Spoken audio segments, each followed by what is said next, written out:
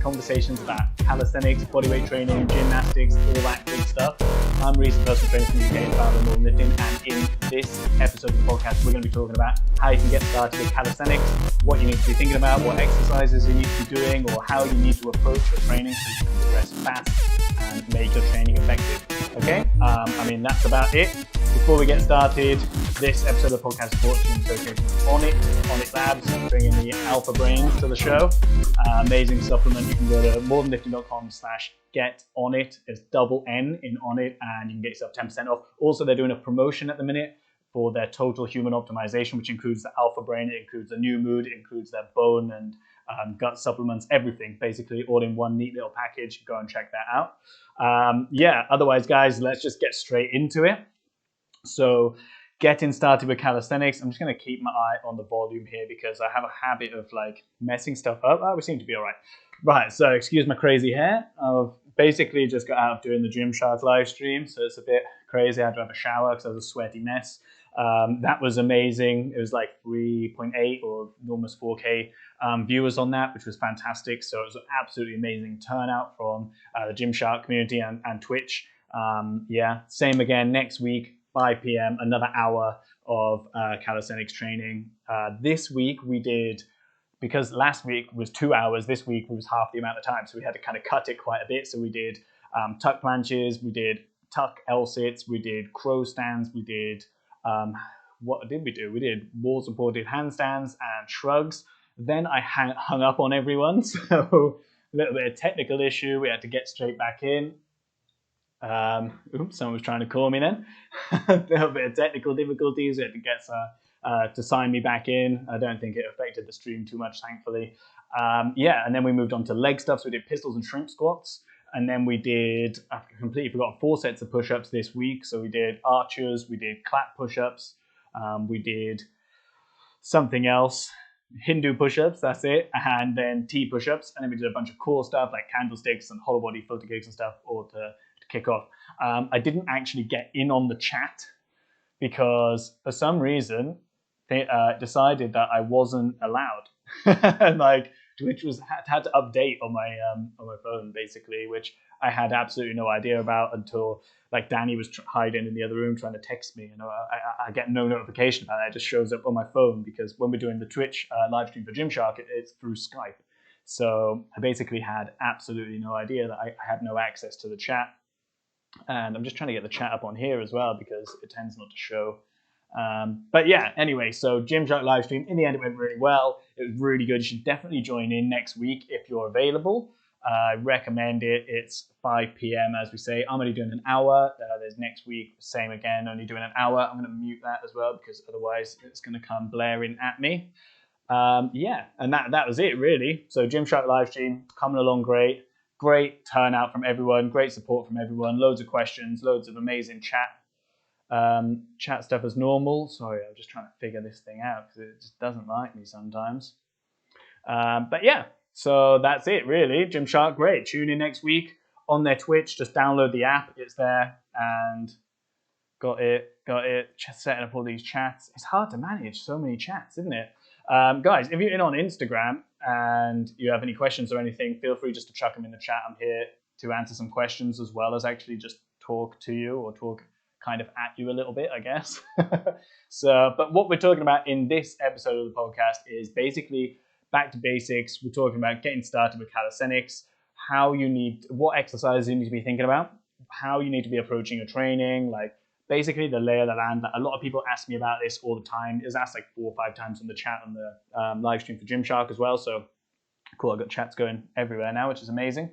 So I'm here. I'm available. Cool. Oh my God, technology. There's so many things to juggle when you're doing this, you know what I mean? When I used to do the podcast, it was just plug the mic in and I was literally using this mic, this Rode Lav. And because I was just recording into my phone, it wasn't live or anything. I had an app on my phone which recorded audio to WAV, which is the raw audio file essentially. And I used to just sit on the corner of my bed and I'd do a bit of acoustic treatment with, the pillows all stacked up in the corner, and I'd have my hoodie on, whatever tracksuit was on was a hoodie. So for the extra acoustic treatment, which I just can't do in this room. I mean, I've got some stuff up on the wall, which you can see behind me. I mean, it's like half done because that stuff's expensive.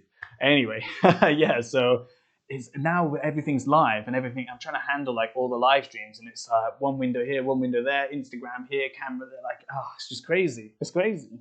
At least it's working. There's been so much troubleshooting with the 100 push-up challenge. It's been crazy. Anyway, so getting started with calisthenics. One of the big things people ask me about is how, like, what do I need to do? Like, what exercises can I do? Like, what do I need to do to progress for any particular skill, like a planche or like a muscle up or handstands or whatever? And basically, you have to do a lot of core training. So a lot of the time you have to work on just fixing any imbalances you've got in your body.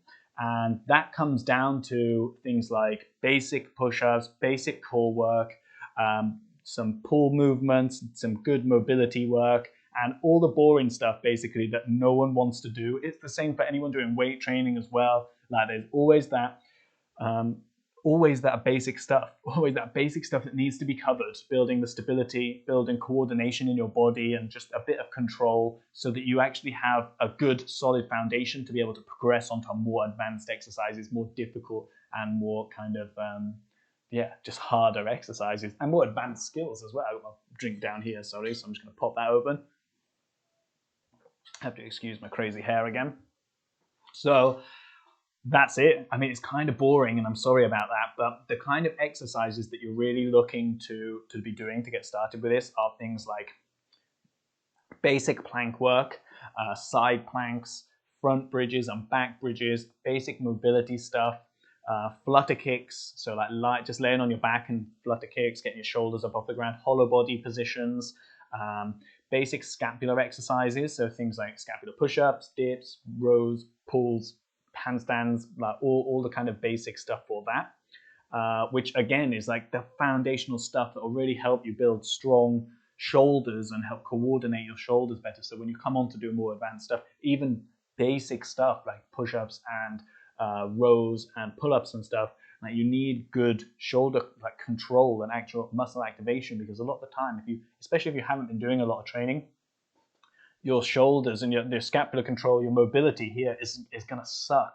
Like even for people who have trained a lot, it generally sucks. Like especially when I first take people on as clients, that's one of the first things that we have to do, and it's really frustrating for clients because they want to move on to they want to be doing front levers, back levers, and muscle ups and planche and like handstands on the rings and stuff like that, which I completely understand. Like that's what I want to be training as well. But you still have to work the foundation, because if you're not, then you're just opening yourself up for injury, and that's something that we want to avoid. At all costs, we don't want to be injured, because it's just, no one needs that, you know? My hair is seriously crazy. Love it. So shout out to the crazy hair people. Gotta love that.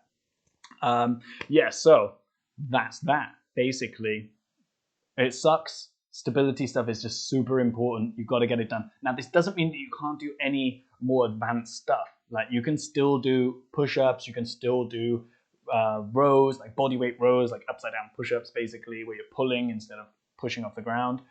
You can still do some hanging stuff like tuck raises. You can still do even pulls and progressions for pull-ups if you can't do pull-ups at the minute. The same for dips. You can do progressions for dips and start pushing towards that and progressing on towards that without actually being able to do them, or without thinking, oh, that's the main part of my training. That's what I need to be doing. Otherwise, I'm never going to be a calisthenics failure, you know, like what are you on about? But you get in your head about it. I do it all the time, especially since recovering from a hernia. All I wanted to be doing is like muscle ups and front levers and stuff. And I just can't do them because I've had so much time and I've had to do so much rehab for like my core and just general coordination in my shoulders and stuff. They were a state after I was injured. So it's really important that you're working on that kind of stuff to build that foundation so that you can progress onto more hardcore stuff, which is what we all want to do.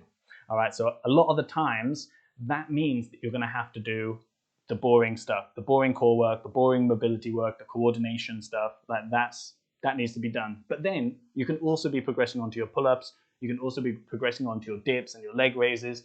And what you need to get, like the 3 exercises you need to be aiming for are those. So the main target for you when you start doing calisthenics is good pull-ups, good dips, and good hanging leg raises. With the pull-ups, I mean, that's self-explanatory. You want to be going from straight arm with your shoulder relaxed in a passive hang. You want to be pulling right up to the bar, like head clean over the bar, bruising your chest. And then with your dips, you want to be going all the way down, trying to touch your thumbs to like your biceps or your front delts, getting right down there. That mobility is really important. And obviously pushing back up, straight arm, depressed shoulder, even a bit of protraction in there to get a better chest activation. Then sorry, I completely forgot where I was going then. Then the hanging leg raises. You want to be doing straight leg, straight arms, hinging at your hips, hinging a bit at your shoulders, compressing your core properly to get the proper mobility, the proper muscle activation to actually benefit from doing those exercises. You see loads, especially in like CrossFit, you see lots of like swinging around, flailing about, and then you try and get one of those athletes to do them strict, and they suck at it because they've never put the time in to actually get disciplined at doing it correctly, like strict, and instead they just go for the AMRAP, they just go for as fast as possible, as much as you can, which is the whole point of like CrossFit, and I get that, but there's not like that still opens you up to bad quality reps, and it's always good to learn them strict and learn them properly before you progress onto doing it as fast as possible, because otherwise, again, you just risk injury and you risk hurting yourself, which it is, guys, I'm going to say it 1,000 times, but it's literally not worth it. It's not worth getting into that position. Trust me, I've been injured. I've had clients who have been injured. I know people like athletes at CrossFit gyms and gymnastics clubs that have had injuries outstanding, and it just messes with you so much, and it's not worth having to take the time off training. Like, you want to be learning cool stuff. You don't want to be taking the time off. Like, you don't want to be sitting at home like looking at pictures of everyone else doing well on Instagram. You know, it's frustrating.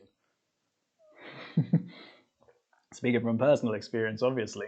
So that's where you want to get to. You can still work your handstand. You can still train your crow stand. You can still train L-sits. You can still, yeah, exactly, injuries. So don't we all know about that? You can still train more, like you can still train the foundational skills, like the low-level skills that you have in gymnastics and in calisthenics, whilst you're working on that stability phase, that kind of coordination phase that you have to go through as like the foundation for your training.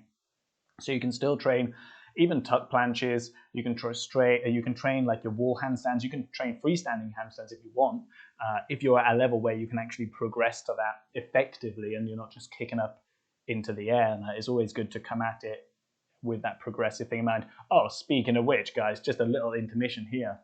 So for February, I'm actually doing the phase 1 of my handstand program. We've got like a 3-phase handstand program. Phase 1, a tenner, which is 5 weeks of training. You can get it for a tenner. Go to MoreThanLifting.com/phase1, or just check it out on the homepage. There's a link to it. It's delivered on an app. So yeah, fantastic. Anyway, aside from that, just while we're on the subject, you can still be training your handstand. There's a lot of work that goes into that generally. Like some of you guys know who are listening in, like know the amount of work that goes into handstands, from like mobility to just like spending time upside down and learning to breathe and learning to keep your core tight and learning to stretch. And there's so much to a handstand. That's a whole other kettle of fish, isn't it?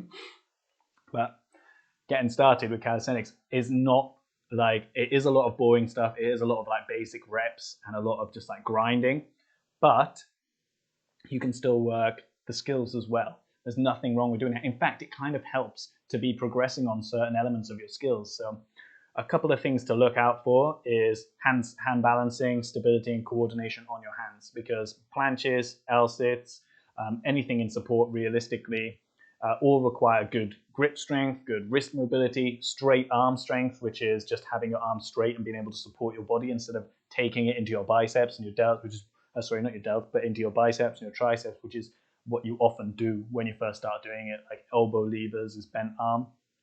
But you see everyone doing planches, like when they first start with their arms bent, and it's just, you're not going to be progressing doing that. So having the upfront knowledge to know I need to be working on my straight arm, that's going to set you apart from everyone else as well. And it's going to allow you to progress faster, more effectively, and to like a greater extent than other people who aren't focusing on these kind of things. So even though it's kind of boring at the start, it is worth just putting the time in. So crow stands obviously is a bent arm exercise, but having that core control, understanding how to use your hands to stabilize and balance with yourself, is another skill that pays dividends further down the line. It's something that you need for handstands. It's something your feet do naturally and you don't even realize you're doing it. But when you're learning to do it on your hands, freestanding handstands aren't a good way of learning it. It's much better to learn it in a crow stand and then progress onto the handstands. Use that as like the hand balance part of doing your handstand, and then using wall kick-ups, incline handstands, wall supports, bench walks, or box walks, depending on what equipment you have, like sofa walks for people at the minute mostly. Bench walks, yeah, but basically exercises like that, low-level conditioning for your handstand, which is all stuff that's covered in that phase 1, by the way, but low-level conditioning stuff for the handstand that will help you get that coordination, get just comfortable being upside down, and learn the fundamentals in isolation, rather than just being like, do handstands now and expecting you to just be able to smash it out, or getting frustrated with yourself because you're not just smashing it out and doing it right from the start. In case you're wondering about the t-shirt, by the way, it's been a green day for crypto. This is Cardano. This is my node, actually. I run a state pool, so in case you're wondering why I'm not wearing MoreThanLifting, it's a different brand. So check that out. If you don't know anything about Cardano, it's a really good project, and you can always reach out to me and we can talk about it. Completely different subject, by the way, guys. Just checking on the chats everywhere. Everyone's good. Yeah, so those basics then are essentially what you need to be doing to be progressing with calisthenics. If you skip any of these things, it's not going to be the end of the world. Like, you can work on just the dynamic exercises, the pulls, the dips, and the leg raises, and you're going to progress. And a lot of the gains that you'll get from that are going to make it better for every other part, like the lower level kind of conditioning exercises that you need to do. They will help you build that foundational strength for your handstand and for your L-sit and for everything else that goes into it. But you will reach a point, because you haven't put in all the other work, you'll reach a point where you hit a plateau, you hit a wall, and you'll struggle to progress further. And what you have to do then is essentially backpedal a little bit, even though you'll still be progressing with dynamic stuff, like maybe a muscle up or something like that. You'll get stuck on a planche, you get stuck maybe doing an L-sit, maybe not, depending on how good your mobility is and your core compression.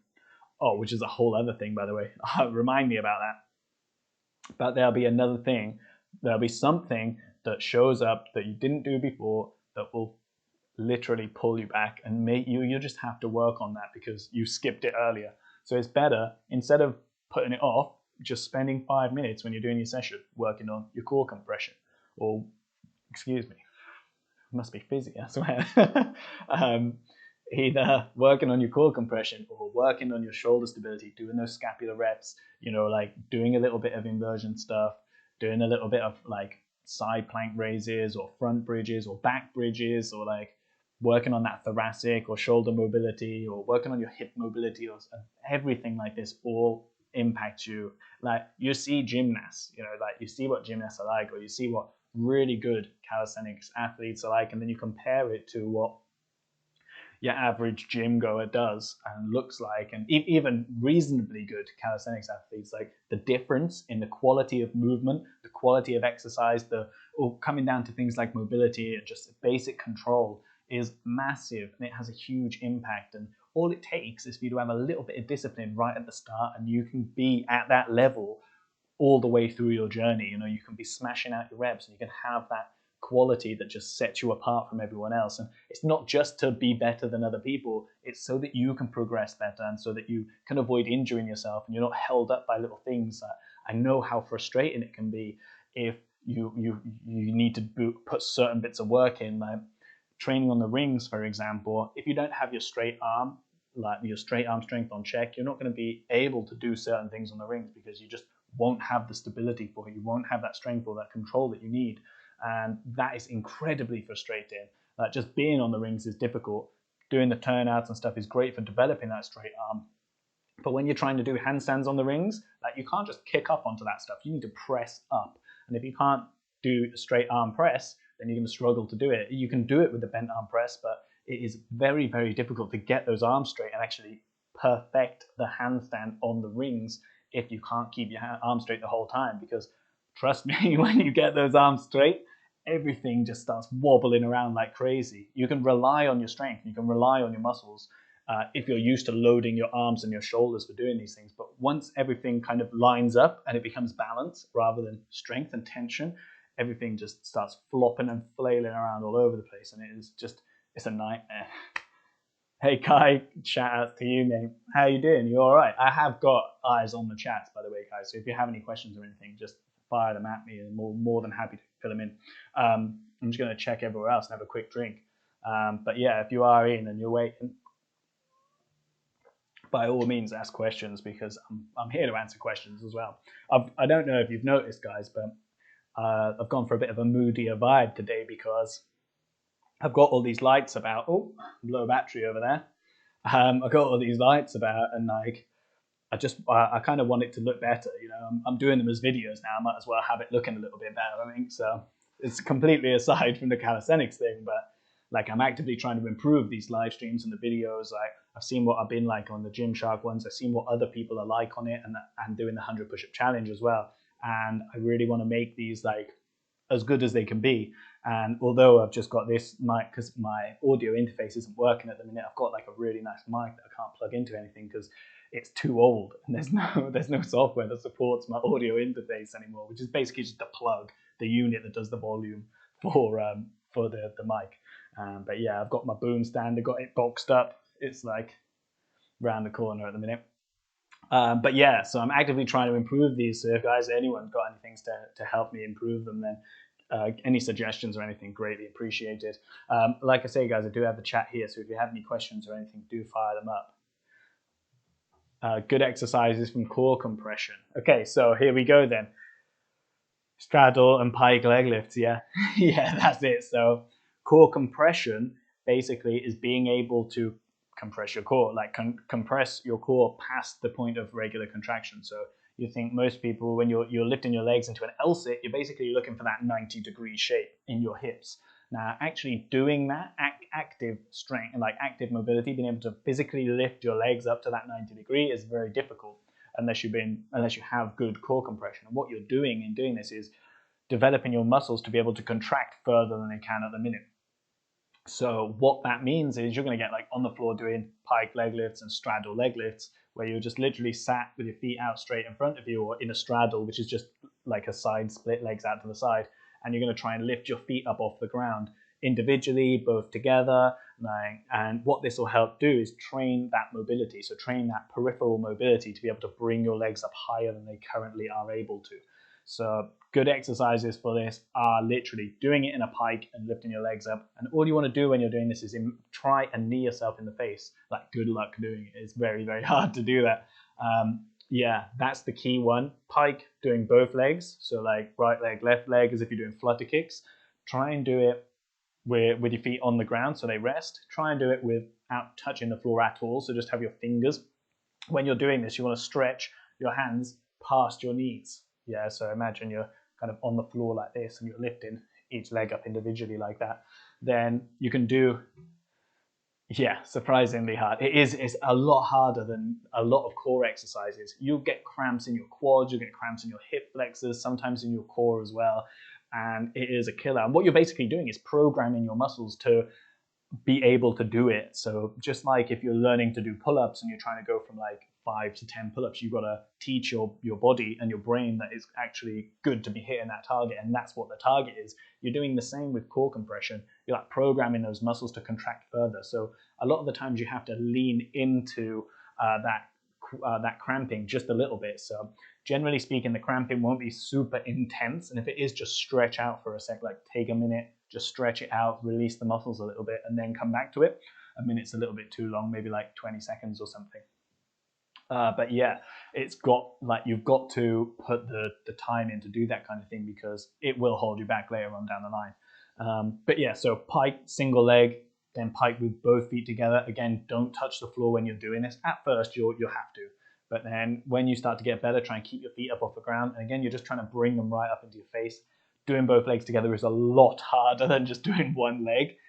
So don't expect it to be easy, but that is a really, really, really key one. Then you can do it in a straddle as well. So that's legs out as far as you can.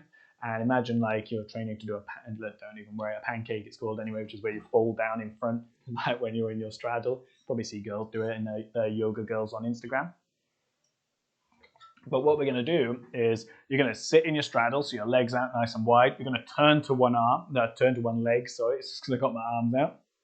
Pop your hands down by your knees, and then just lift one leg for reps. And again, you're just trying to bring it up. It's so much harder doing it in a straddle. And then do the other side. Another thing you can do is like little circles. So when you're doing your little circles, push your hands in the middle, lift your feet up to each side. And you're just going to do little circles like this. Going backwards I find easier, but you might find coming like in instead of going out. Like, I mean, for lack of a better description, coming in might be easier for you. It's really down to the individual, but you want to do both sides. You want to try and do both together, raises as well. Just keep it straight like that. It is torture. It is absolute torture, but that is the best way to do it. Then you can also do it as a standing exercise as well. So this is something that I learned from training with like at a pole studio and like coaching pole girls. They used to do this. I used to sit in on their mobility classes, and they used to do this all the time, and it was horrible. And I do it with clients all the time. It's really good for fixing like the contractions in your muscles and the stability in your hips. So just like you would do scapular exercises, like little shrugs and stuff to build coordination and stability in your shoulders, you can do these for stability in your hips and helping like get the muscles activating correctly.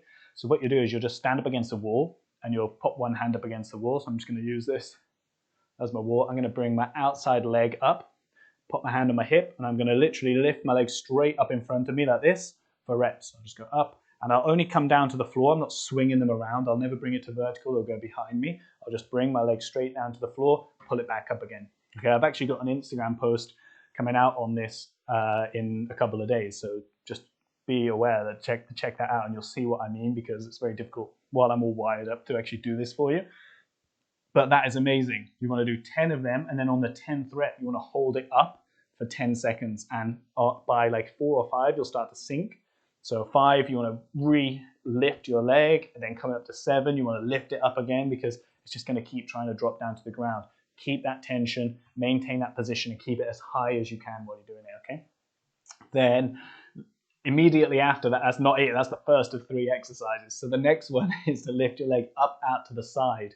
And this is harder because you generally get a bit more of a cramp at this side than you do, or at least I always have, coming out to the side than I have coming up the front. It's exactly the same. You keep your toes on the floor outstretched. So you never bring your foot back into the middle. It's always like sitting out to the side like this. You're going to come straight up to the side like a lateral raise. 10, hold for 10 seconds on the 10th one. Exactly the same as front. And then the last one you'll do backwards. So it's a bit more awkward. Generally, like you're supported up against your wall, and you're just going to be like arching your lower back a little bit to get a good movement. It's hard to do it when I'm sitting down, but you kind of get the idea. You're just going to bring it up behind you. You're going to feel your glutes firing really nice, and maybe a bit of lower back as well. You might have to lean forwards a little bit while you do this, but that's all right. What we're trying to do is get all those muscles firing together to help you lift your leg up. Again, 10 reps, hold for 10 seconds, and then do the other side, front, side, and backwards. Okay, it's an amazing little complex that just, it'll mess you up. You'll feel like you've done max squats the next day, because you'll feel it. I did definitely. And a lot of times when I do this for the first time with like clients or in classes, people are like, holy shit, the next day. Yeah, which I completely get. Elias, if you've got a question, fire away, like chuck it out. I'm right here. If you've got a question, shoot it over. I'm more than happy to help. But yeah, that core compression, really, really good stuff. It is tough. It's a really important one to be doing. Whilst we're just waiting for that question, here we go. It's all right. You take your time. So when you're doing, I've completely forgotten. I lost my train of thought now. Okay. So it doesn't matter. I'm going to have a drink. Yeah, so core compression is another foundational thing that's really important to get. When you're starting your calisthenics, we've spoken about the basics of coordination and stability, and we've talked about core compression and core exercises, and we did mention about the basic kind of movements. But realistically, for strength, what we want to be doing is pull exercises, push exercises, and core work, upper body stuff. You can mix in your leg stuff as well. And obviously, I'd recommend you do that. You want to be training your whole body. For your legs, we're looking at squats, lunges, and then we're looking to do things like, other than your mobility, moving towards like pistol squats and shrimp squats. Sorry, I'm looking here because that's where a question will turn up when Helios is ready. But yeah, so pistols, shrimps, maybe sissy squats as well, though, is really good. But you can work before even doing that kind of thing. Mobility is obviously very important. Plyometric stuff is good as well. Do you have a good full workout training program for calisthenics? Yeah, I do. So if you just shoot me a message on Instagram's probably best. I have like a home workout program because obviously we're all on lockdown at the minute. Depending on what equipment you have available to you, I have a home program for if you've got pull-up bar, if you've got rings, or if you've got nothing. So whichever is like more suited to you is better. If you need something more bespoke, or if you want something more specific to kind of what you're working on, then just reach out to me on Instagram or drop it in the comments, and I'll give you my email, and we can talk about that, and we can sort that out. Mostly I'm selling programs for like 50 quid, but I'm doing stuff. I'm basically like doing this handstand promotion at the minute, and I'm willing to kind of figure out something for you. Normally I charge quite a lot for bespoke programming. It's like £100 for a program for a month, but we can work something out between us if you want something more bespoke, because obviously we're all on lockdown at the minute. Like I'm more than happy to kind of do something for you for like 50, 60 quid. So just reach out to me, give me some information about what level you're at, and we can talk about it from there. Okay, and that goes for anyone. It's not just for Elias. If anyone at the minute or through February, basically, or until we come out of lockdown, I'm doing everything, like all my bespoke programming is coming out half price. Okay, so I'm more than happy to put in the time to do that for you. And yeah, personal training as well. I do coaching online and in person around London at the minute. I have all the equipment. I've got rings and stuff. So if that's something that anyone's interested in, you can reach out to me. Again, best place is at MoreThanLifting on Instagram. Just shoot me a DM and say, I was listening to the podcast, blah, blah, blah. We can talk about it. All right. So back to what I was saying. You want to be doing a pull, you want to be doing a push, and you want to be doing your core exercises. So we're aiming to get that to pull-ups and dips and leg raises, and then from there we have that foundation. Literally, I call it the foundation workout, being able to do 3 times 10 of them. Have a pull-up bar, just need a good program, blah, blah, blah. In that case, Elias, just shoot me a message on Instagram, or just pop your email. Maybe don't pop your email in the comments there, but if you shoot me a message at MoreThanLifting on Instagram, and I'll sort you out. So we want to be doing a pull exercise and we want to be doing a push exercise.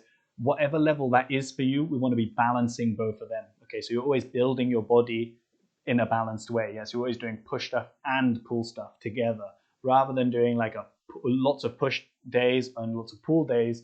It's better just to work them together, because over the course of a year, you end up doing more reps than and thus more training if you're doing both together, rather than if you're just doing one push heavy day and then a pull heavy day or whatever.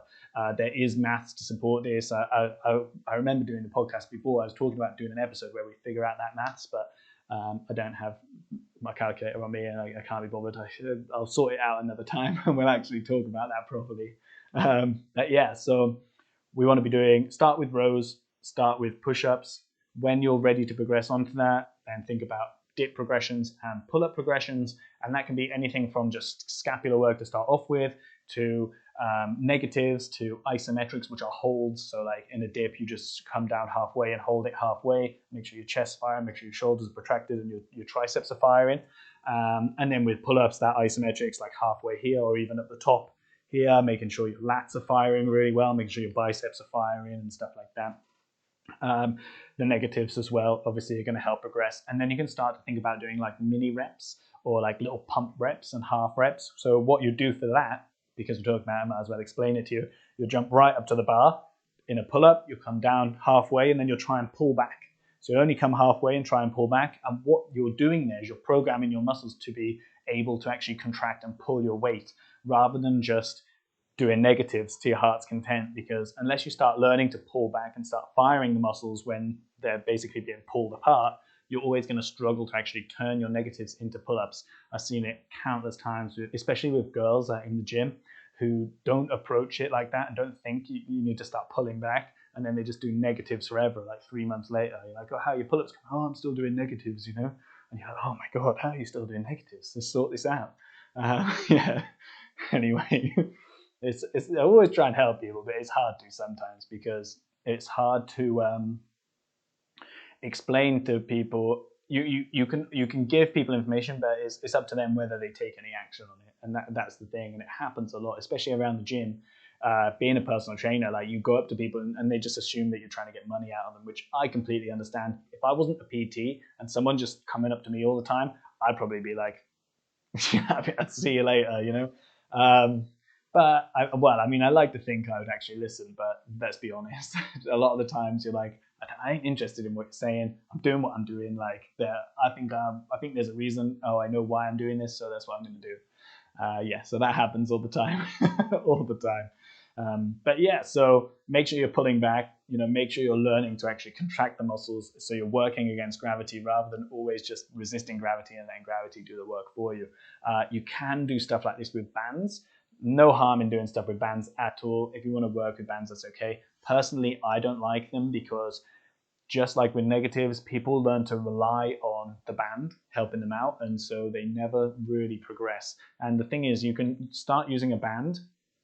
You work up to like your 10 reps with a band, and then you try and do them without a band, and you can only do 1 or 1.5 or maybe 3. And you're like, oh, I've had enough of that. I'm going back to using the band.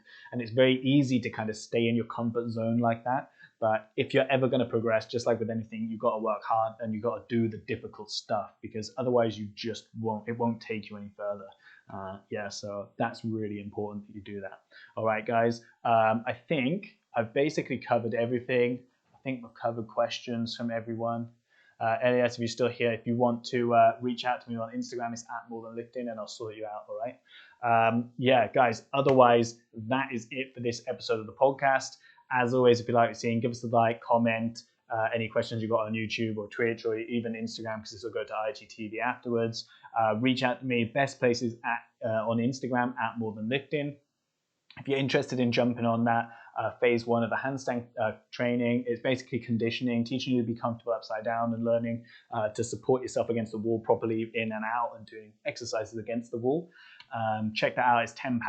Links in the bio on Instagram, or go to MoreThanLifting.com. It's on the homepage, or MoreThanLifting.com/phase1, and it'll take you there. It's a tenner. All delivered by app. It's not like a PDF or something you have to go searching through. It's all set out on a calendar for you in the app. It's like really, really easy to use.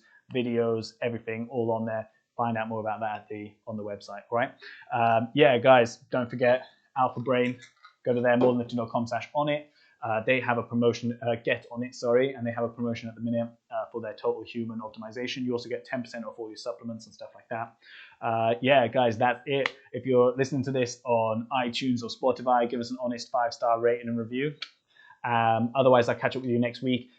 Going forward, guys, I'm not going to be doing this on a Wednesday, so it's quite difficult basically doing this on a Wednesday, because I have the Gymshark live stream, and then I'm doing this at from 7 until 8. And it gets quite late, and Danny, bless her, is stuck in the other room. She can't get on with any work, or she has to do dinner by herself, and it's not really fair to be putting her in that position. Plus, I like to kind of split stuff out over other days. So I think going forward, I'll try and do this on like a Tuesday or a Thursday. I'll announce it on Instagram properly. I'll actually let people know how it's going. I need to just figure out what I've got going on with other clients and basically organize my time a bit better. But once I get that sorted, I'll let everyone know, and hopefully next week, I'm thinking Tuesday will be best, so we'll just pencil in Tuesday for the minute, 6 or 7 p.m. Tuesday. Check it out on the Instagram, and I'll let you know. Hey, Balin, mate, I'm literally just about to leave. Sorry about that. If you got any questions or anything, reach out to me on Instagram. I'm happy to help you out. Yeah, guys, that is it for this episode. I'll catch up with you in the next one next week. Don't forget to check out the 100 Push-Up Challenge on Monday. I'm streaming it on YouTube. I'm streaming it on Twitch. I'm streaming it on Instagram. Gymshark live stream, 5 p.m. next Wednesday as well. So check that out. Calisthenics workout. Just follow along. Okay, let's do this. All right, you got me. Rate my daily routine. Let's do this, man. Let's check it out. Go on, pop it in, mate. I'll tell you. We'll have a little look. We'll have a quick discussion about it. I'll give you a couple of minutes. Yeah, I'm excited now. Oh, Wrote me into it, didn't he? Hook, line, sinker, straight in. Check out my routine. I wonder what he's been doing. Guys, leave us a comment if you reckon you know what he's been up to. Yeah, chuck it in. Come on, babe. We're waiting for you, mate. Let's do this. Yeah, otherwise, guys, thanks for joining in. 20 push-ups, 30 sit-ups, 30 squats. Okay, right. If you're doing that every day, that's all right. But that's not a complete training program. So get yourself a pull-up bar, do some pull movement stuff, do some like hanging core stuff. So instead of doing sit-ups, the problem with sit-ups is you generally tend, if you got your feet planted somewhere, you tend to work your hip flexors more than your core, which is all right, and it's not all right long term. You want to be working your core more. So I'd say do flutter kicks instead, or like hollow body work, or and combine that with like some side plank raises and crossovers and things like that. Like if you don't know exactly what I'm talking about, I've got videos about them on the channel, on the YouTube channel, so just check them out. Squats are good, like bodyweight squats are all right, but you can progress them onto like pistol squats, single leg squats, pistols and shrimp squats. Do them with some support, like use a chair or use like some dipping bars or a door handle even, or like your bed or whatever you need. Just use something as a support, like you could use this desk or something like that. Yeah, because that will help you actually progress something. The exercises you've put there, push-ups are obviously very basic exercise. You can push them. You can progress them up to freestanding handstand push-ups. You can progress them up to one-arm push-ups, plyometrics, and like full body plyos and stuff. And if you're not doing that, then there's space to progress with your push-ups, which is great. Dips are also a really good one to be doing if you have access to that kind of thing, or use like chairs, like a pair of chairs in your house, and just it gives you something to work with. But the key thing out of like, if those are the only 3 exercises you're doing right now, get hold of a pull-up bar, or like find somewhere outside you can do pull-ups or something, because you're missing that, and that's your back. Like that's a really important one for everyone to be working, especially like nowadays, because people aren't training their backs. They're sat all day like this, sat like this. I'm guilty for it as well, so don't pretend you don't do it, even by accident. Like we should all be sat up like this all the time, should be like nice and proud, shoulders back, head up, chest up, but we're not. So we need to be working on our pull movements to help balance our posture and correct any muscle tension issues, like imbalances we have in our body. Also, that's like half of your upper body.